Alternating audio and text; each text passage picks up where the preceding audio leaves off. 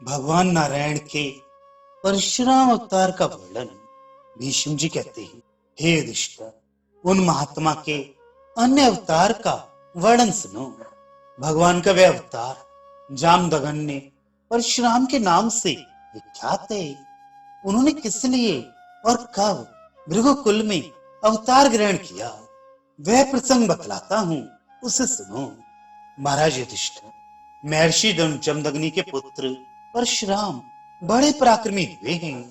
बलवानों में श्रेष्ठ परशुराम जी ने ही अह वंश का संहार किया था। महापराक्रमी कार्तवीर अर्जुन बल में अपना सानी नहीं रखता था, किंतु अपने अनुचित बर्ताव के कारण जमदग्नि नंदन परशुराम के द्वारा मारा गया। शत्रुसूदन राज कार्तवीर अर्जुन रथ पर बैठा था, परंतु युद्ध में परशुराम जी ने उसे नीचे गिराकर मार डाला। ये भगवान गोविंद ही पराक्रमी परशुराम रूप से भृगुवंश में अवतीर्ण हुए। ये जम्बासुर का मस्तक विदीर्ण करने वाले तथा शतदुंदुभि के घातक हैं। इन्होंने सहस्त्रों पर विजय पाने वाले सहस्त्रबाहु अर्जुन का युद्ध में संहार करने के लिए ही अवतार लिया था। महायशस्वी परशुराम ने केवल धनुष की सहायता से सरस्वती नदी के तट पर एकत्रित हुए 6,40,000 क्षत्रियों पर विजय पाई थी। वे सभी क्षत्रिय ब्राह्मणों से द्वेष करने वाले थे। उनका वध करते समय नरशेष परशुराम ने और भी 14,000 शूरवीरों का अंत कर डाला। तदनंतर शत्रु दमन परशुराम ने 10,000 क्षत्रियों का और वध किया। इसके बाद उन्होंने हजारों वीरों को मूसल से मारकर यमलोक पहुंचा दिया तथा सहस्त्रों को फरसे से काट डाला। भृगुनंदन परशुराम ने 14,000 क्षत्रियों को क्षण मात्र में मार गिराया तथा शेष ब्रह्मद्रोहियों का भी मूलोच्छेद करके स्नान किया। क्षत्रियों से पीड़ित होकर ब्राह्मणों ने राम राम कहकर आर्तनाद किया था। इसलिए सर्व विजय परशुराम ने पुनः फरसे से 10,000 क्षत्रियों का अंत किया। जिस समय द्विज लोग भृगुनंदन परशुराम दौड़ो बचाओ इत्यादि बातें कहकर करुण क्रंदन करते, उस समय उन पीड़ितों द्वारा कही हुई वे आर्तवाणी परशुराम जी नहीं सहन कर सके।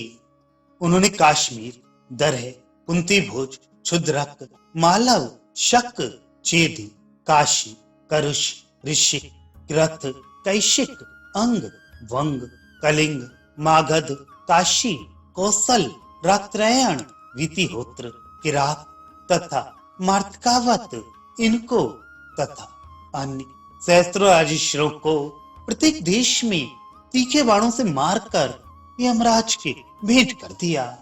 मेरु और मंदर पर्वत जिसके आभूषण हैं, वह पृथ्वी करोड़ क्षत्रियों की लाशों से पट गई।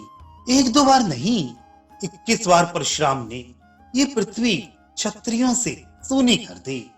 तदनंतर महाबाहु परशुराम ने प्रचुर दक्षिण वाले यज्ञों का अनुष्ठान करके 100 वर्षों तक सौभ नामक विमान पर बैठे हुए राजा शाल्व के साथ युद्ध किया। भरतश्रेष्ठ युधिष्ठिर तदनंतर सुंदर रथ पर बैठकर सौभ विमान के साथ युद्ध करने वाले शक्तिशाली वीर भृगुश्रेष्ठ परशुराम ने गीत गाती हुई नगनगा कुमारियों के मुख से ये सुना, राम राम महाबाहो, तुम भृगुवंश की कीर्ति बढ़ाने वाले हो। अपने सारे अस्त्र शस्त्र नीचे डाल दो, तुम सौभ विमान का नाश नहीं कर सकोगे। भयभीतों को अभय देने वाले चक्रधारी गदापाणी भगवान श्री विष्णु प्रद्युम्न और साम को साथ लेकर युद्ध में सौभ विमान का नाश करेंगे। यह सुनकर पुरुष सिंह परशुराम उसी समय वन को चल दिए। राजा वे महायशस्वी मुनि कृष्णावतार के समय की प्रतीक्षा करते हुए अपने सारे अस्त्र शस्त्र, रथ, कवच, आयुध, बाण, परशु और धनुष जल में डालकर बड़े भारी तपस्या में लग गए। शत्रुओं का नाश करने वाले धर्मात्मा परशुराम ने लज्जा, प्रज्ञा, श्री, कीर्ति और लक्ष्मी इन पांचों का आश्रय लेकर अपने पूर्वोक्त रथ को त्याग दिया।